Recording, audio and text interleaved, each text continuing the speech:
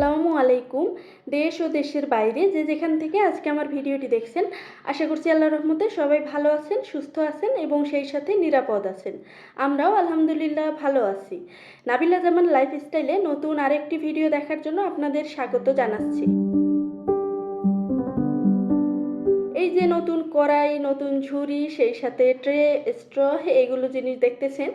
ঈদের আগে আমি আমার নিজের জন্য কেনাকাটা না করে কিচেনের জন্য, বিশেষ করে সংসারের জন্যই কেনাকাটা করেছি। আর আমার যে প্রিভিয়াস ভিডিওগুলো আছে, আড়ংয়ের যে নতুন ঈদ কালেকশন এসেছে, সেই সাথে আরএফএল বেস্ট বাইয়ে নতুন যে ঈদ কালেকশন এসেছে, এটা নিয়ে ভিডিও তৈরি করেছি। তো আড়ংয়ের কিন্তু অনেক সুন্দর সুন্দর জিনিস এসেছে। যারা এখন ওই ভিডিওগুলো দেখেননি, চাইলে দেখে নিতে পারেন। তো ওই যে আরএফএল বেস্ট বাই ওখানে গিয়েছিলাম। তো ওই সময় এই জিনিসগুলো কিনেছি, সেই সাথে এর বাইরেও কিছু ক্লিনিং আইটেমও কিনেছি।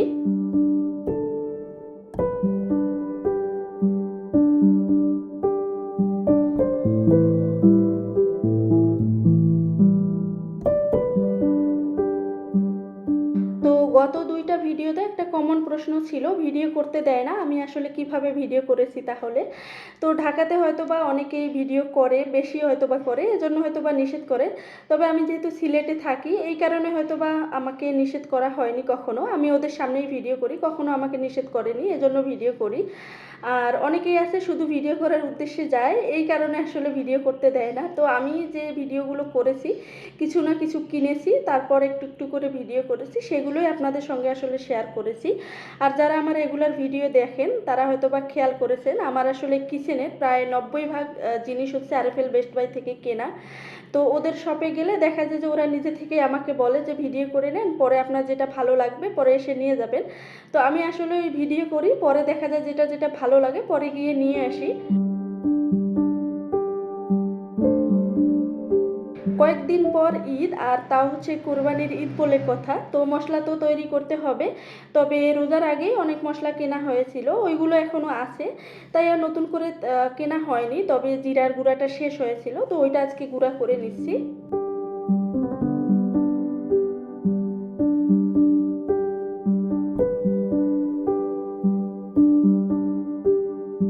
তো এতেও জিরাটা গুঁড়া করে নিয়েছি, আর এখানে কিছু গরম মশলা, এগুলো একটু রিফিল করে নিলাম। আর এবার আল্লাহ দিলে, যেহেতু কোরবানি দিব, আল্লাহ যদি তৌফিক দেয়, তো মাংস রাখার মতো যে পর্যাপ্ত পরিমাণ বক্সের প্রয়োজন, অতগুলো বক্স আমার কাছে নাই।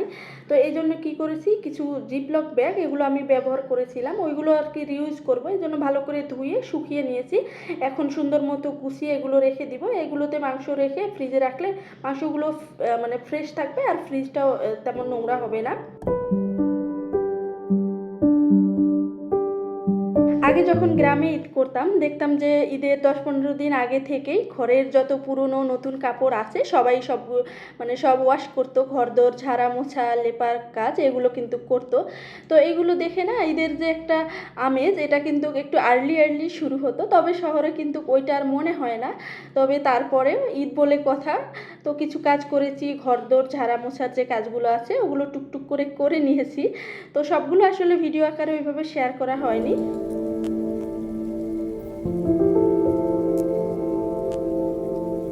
যেহেতু ঘরদোর পরিষ্কার করেছি, একটু বালু ময়লা তো পড়েছে, এজন্য ফুলগুলো ভালো করে পরিষ্কার করে নিয়েছি।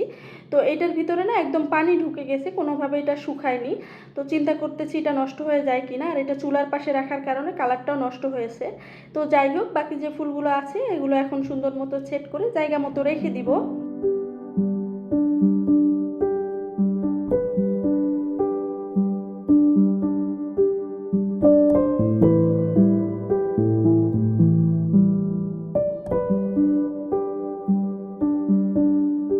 ঈদের আগে দা, বটি, ছুরি এগুলো আমার মনে হয় সবাই একটু ধার দিয়ে নেয়, বছরে অন্তত এই সময়টায় ধার করে।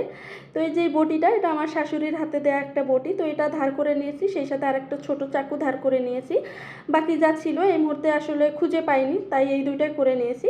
তো এই যে এগুলো ধার করে নেওয়ার কারণে মনে হচ্ছে যে ঈদের আগে যে জরুরি কাজটা, এটা কিন্তু শেষ করতে পেরেছি।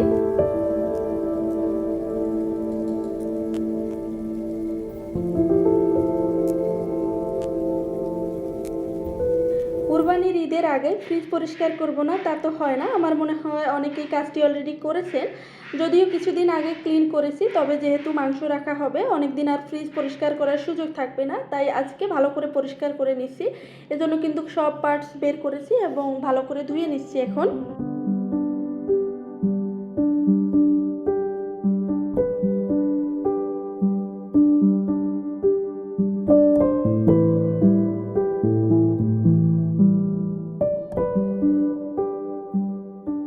যখন আরএফএল বেস্ট বাই গিয়েছিলাম, তো এই যে ফ্রিজ ম্যাটগুলো চোখে পড়েছে, তো একটা কিন্তু কিনে নিয়ে এসেছি।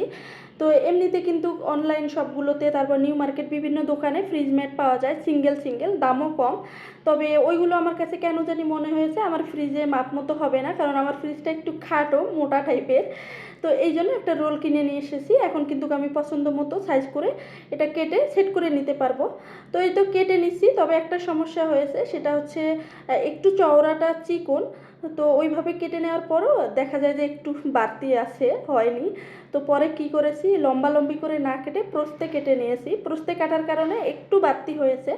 তো ওইটা চিন্তা করছিলাম যে উপরের যে ফাঁকা অংশটা, যেটা দিয়ে ঠান্ডা বাতাসটা বের হয়ে যায়, ওইটা লক হয়ে যায় কিনা। তো এখানে সেট করার পর দেখলাম যে না, এই জায়গাটা ফাঁকা আছে।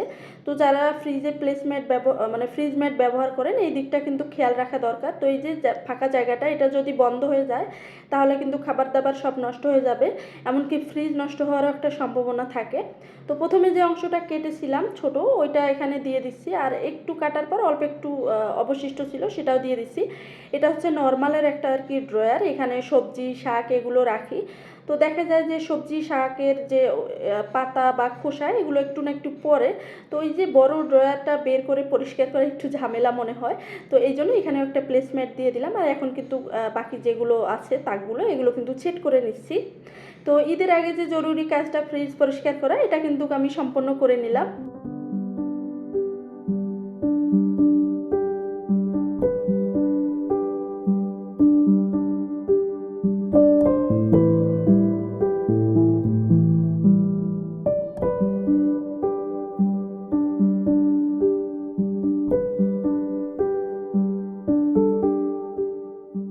যারা এখনও পর্যন্ত আমার ভিডিওটি দেখতেছেন, হয়তো বা অনেকেই আছেন একটা লাইক দিতে ভুলে গেছেন। প্লিজ ভিডিওতে একটা লাইক দিয়ে ভিডিওর বাকি অংশটুকু কন্টিনিউ করবেন। আর আপনি যদি আজকে নতুন আমার ভিডিওটি দেখে থাকেন, আমার ভিডিওর কোনো একটি অংশ যদি আপনাদের কাছে ভালো লেগে যায়, প্লিজ আমার চ্যানেলটি সাবস্ক্রাইব করে আমার পাশে থেকে যেতে পারেন। যারা ইতিমধ্যে কাজগুলো করেছেন তাদের প্রতি অনেক অনেক শুকরিয়া জ্ঞাপন করছি। আসলে প্রত্যেকটা ভিডিওতেই একটা লাইক চাই, চ্যানেলটি সাবস্ক্রাইব করতে বলি, কারণ আমার ভিডিওতে যে অনুপাতে ভিউজ হয়, কেন জানি ওই অনুপাতে আপনারা একটা লাইক দিতে চান না। আশা করছি আজকে আমার আপুরা একটা লাইক দিবেন।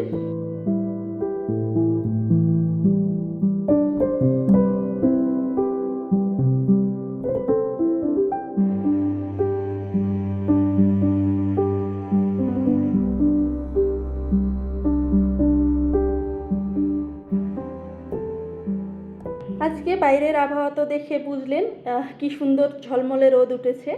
আবার সুন্দর রোদ উঠেছে, সেই সাথে গরমটাও বেশ পড়েছে। এজন্য আজকে কি করেছি, কাটাকাটির কাজগুলো আগে করে নিয়েছি, তারপরেই তো রান্নাটা বসিয়ে দিলাম। সাধারণত দেখা যায় একদিক দিয়ে রান্না করছি, অন্য দিক দিয়ে বাকি কাজগুলো করে নেই। যেহেতু গরম পড়েছে, ওই জন্য আজকে একটু ফ্যান ছেড়ে দিয়ে কাটাকাটির কাজগুলো শেষ করে এখন রান্না করে নিচ্ছি। আর একদম হালকা পাতলা রান্না করছি, বেশি ঝামেলায় যাইনি আজকে। তো এই তো এখন হচ্ছে যে কাঁকরোলটা আছে, এটা ভেজে নিব, সেই সাথে একটু মাছ ভুনা করে নিব।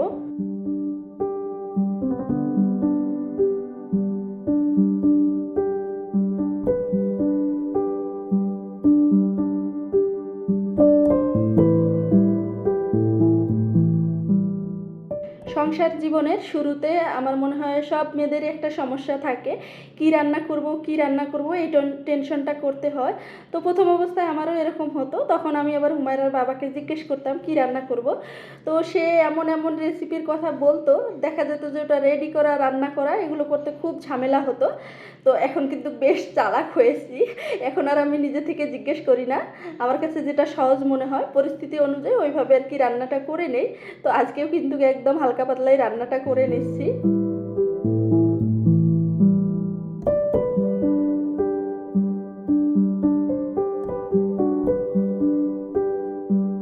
এই যে এখানে এখানে যে পেঁয়াজগুলো দেখছেন এগুলো কিন্তু বেশ কিছুদিন আগে কেনা হয়েছিল, একদম দেশি পেঁয়াজ। এখন কিন্তু বাজারে ইন্ডিয়ান যে এলসি পেঁয়াজটা থাকে ওইটা তেমন দেখা যায় না। ওই পেঁয়াজটা আসলে তরকারিতে দিলে খুব একটা যে স্বাদ হয় সেটাও না, আর কালারটাও কেমন নষ্ট হয়ে যায়। দেশি পেঁয়াজটা কিন্তু ভালো।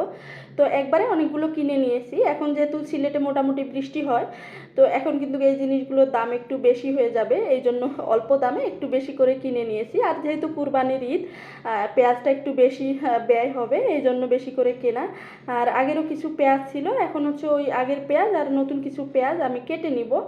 আর এখানে অনেকগুলো হচ্ছে রসুন নিয়ে আসা হয়েছে, মাংসতে রসুন খায় হচ্ছে হুমায়রা বাবা পছন্দ করে, এই জন্য নিয়ে আসা।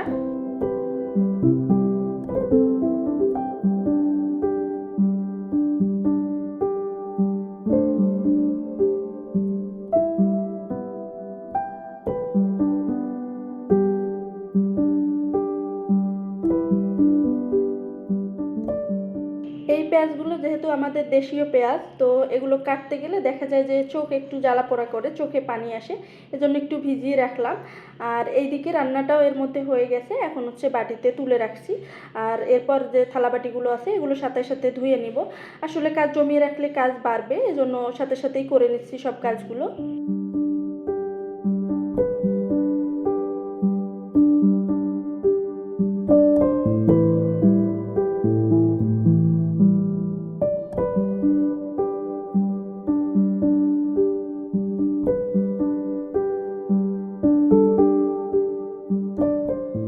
এই তো বেশ অনেকগুলো পেঁয়াজ কেটে নিয়েছি, বেশ সময় লেগেছে, এগুলো কিন্তু বটিতে কেটে নিয়েছি।